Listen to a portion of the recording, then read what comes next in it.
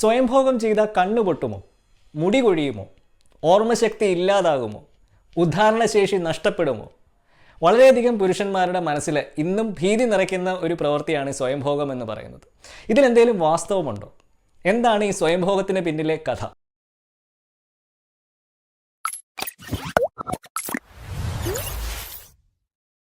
നമസ്കാരം, എൻ്റെ പേര് സംഗീത് സെബാസ്റ്റ്യൻ. ഞാനൊരു സെക്ഷുവാലിറ്റി റൈറ്ററും സെക്സ് എഡ്യൂക്കേറ്ററുമാണ്. ഇന്ന് ഞാൻ നിങ്ങളോട് സംസാരിക്കാൻ പോകുന്നത് നമ്മളുടെ സമൂഹത്തിൽ ഇന്നും നിലനിൽക്കുന്ന സ്വയംഭോഗത്തെ പറ്റി ഭീതി ജനിപ്പിക്കുന്ന സ്വയംഭോഗ കഥകളുടെ പിന്നിലെ കഥയെ പറ്റിയാണ്. അപ്പം ഈ വീഡിയോ ഇഷ്ടപ്പെടുവാണേലേ ഒന്ന് ലൈക്കും സബ്സ്ക്രൈബും ഷെയറും ഒക്കെ ഒന്ന് ചെയ്തേക്കണേ. അതുപോലെ തന്നെ ബെൽ നോട്ടിഫിക്കേഷനും കൂടെ എനേബിൾ ചെയ്യുകയാണെങ്കിൽ ഞാൻ അപ്ലോഡ് ചെയ്യുന്ന ലേറ്റസ്റ്റ് ആയിട്ടുള്ള വീഡിയോസിനെ പറ്റിയുള്ള അറിയിപ്പുകൾ നിങ്ങൾക്ക് ലഭിക്കുകയും ചെയ്യും. ഈ ലൈംഗിക പ്രശ്നങ്ങളെന്ന് നമ്മൾ മനസ്സിലാക്കി വെച്ചിരിക്കുന്ന ബഹുഭൂരിഭാഗം പ്രശ്നങ്ങളും, അതായത് ഏകദേശം 80 മുതൽ 90% വരെയുള്ള പ്രശ്നങ്ങളും ഒരു ഡോക്ടറിൻ്റെ അടുക്ക പോയി മരുന്ന് കഴിച്ച് ചികിത്സിച്ച് ഭേദമാക്കേണ്ട രോഗമൊന്നുമല്ല. അതുണ്ടാകുന്ന പ്രധാനമായിട്ടും നമുക്ക് സെക്സിലുള്ള അറിവില്ലായ്മയും അജ്ഞതയും നമ്മുടെ കൾച്ചറും മതവിശ്വാസങ്ങളും ഒക്കെ സെക്സിനെ പറ്റിയും ജെൻഡറിനെ പറ്റിയും ഒക്കെ ഉണ്ടാക്കിയ യാതൊരു അടിസ്ഥാനവുമില്ലാത്ത കഥകളുടെ സ്വാധീനത്തിൽ നിന്നുമാണ്. നിങ്ങളുടെ ലൈംഗികതയ്ക്ക് എങ്ങനെ നിങ്ങളുടെ വ്യക്തിത്വത്തെയും ആത്മവിശ്വാസത്തെയും ഒക്കെ മാറ്റിമറിക്കാനുള്ള ഒരു ശക്തിയുണ്ട് എന്നതിനെപ്പറ്റി കൂടുതൽ മനസ്സിലാക്കാൻ താല്പര്യമുണ്ടെങ്കിൽ നിങ്ങൾക്ക് എന്നെ ഈ നമ്പറിൽ കോൺടാക്റ്റ് ചെയ്യാവുന്നതാണ്. വളരെയധികം പുരുഷന്മാർ അവരുടെ ആരോഗ്യം മെച്ചപ്പെടുത്തുന്നതിൻ്റെ ഭാഗമായിട്ട് സ്വയംഭോഗത്തിൽ നിന്നും ഇജാക്കുലേഷനിൽ നിന്നും സ്ഖലനത്തിൽ നിന്നും സെക്സിൽ നിന്നും ഒക്കെ പൂർണ്ണമായിട്ടും വിട്ടു നിൽക്കുന്ന ഒരു മാസമാണിത്. ഇംഗ്ലീഷിൽ ഇതിനെ നോനെറ്റ് നവംബർ എന്നാണ് പറയുന്നത്. ഇന്ന് മെഡിക്കൽ സയൻസും ലോകാരോഗ്യ സംഘടനയും ഒക്കെ സ്വയംഭോഗം എന്ന് പറയുന്നത് വളരെ നോർമലും ഹെൽത്തിയുമാണ് എന്ന് വിശേഷിപ്പിക്കുന്ന ഒരു പ്രവൃത്തിയാണ്. ഈ സ്വയംഭോഗം എത്ര തവണ ചെയ്യാമെന്നും ഒരു ദിവസം അത് അധികമാകുന്നുണ്ടോ ഇല്ലയോ എന്നൊക്കെ എങ്ങനെ കണ്ടുപിടിക്കാം എന്നതിനെപ്പറ്റി ഞാൻ മുമ്പ് ഒരു വീഡിയോ ചെയ്തിട്ടുണ്ടായിരുന്നു. അതിൻ്റെ ലിങ്ക് നിങ്ങൾക്ക് താഴെ ഡിസ്ക്രിപ്ഷനിൽ കാണാവുന്നതാണ്. പക്ഷേ ഇന്നും ഒരു വലിയ ശതമാനം പുരുഷന്മാരുടെ മനസ്സിലും സ്വയംഭോഗത്തെ പറ്റി വളരെയധികം ഭീതിയും ആശങ്കയും തെറ്റിദ്ധാരണയും ഒക്കെയാണ് നിറഞ്ഞു നിൽക്കുന്നത്.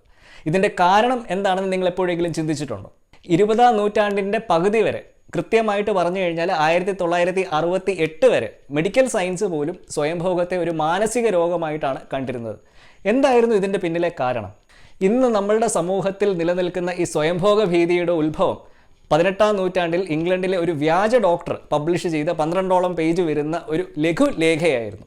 ഒണണിയ എന്നായിരുന്നു ഈ ലഘുലേഖയുടെ പേര്. ഇത് ബൈബിളിലെ ഒരു കഥയെ ആസ്പദമാക്കി നടത്തിയ ബോധപൂർവമായ ഒരു തട്ടിപ്പായിരുന്നു. ഈ ലഘുലേഖയുടെ ഉള്ളടക്കം ഈ സ്വയംഭോഗം എന്ന് പറയുന്ന പ്രവൃത്തിയിൽ ഏർപ്പെടുന്ന പുരുഷന്മാർ മാനസിക രോഗം ഉൾപ്പെടെയുള്ള അസുഖങ്ങൾ പിടിച്ച് മരിച്ചു പോകും എന്നായിരുന്നു പ്രചരിപ്പിച്ചിരുന്നത്. നിർഭാഗ്യവശാൽ ഈ കഥ ഇംഗ്ലണ്ടിലെ ജനങ്ങൾ വിശ്വസിക്കുകയും അത് പിന്നീട് യൂറോപ്പിലെ തന്നെ വളരെ പ്രസിദ്ധനായ ഡോക്ടറായ സാമുവൽ ടിസോ ഒരു പുസ്തക രൂപത്തിൽ പബ്ലിഷ് ചെയ്യുകയും ആ പുസ്തകം പിന്നീട് ലോകം മുഴുവനും വിവർത്തനം ചെയ്യപ്പെടുകയും ഒക്കെ ചെയ്തു.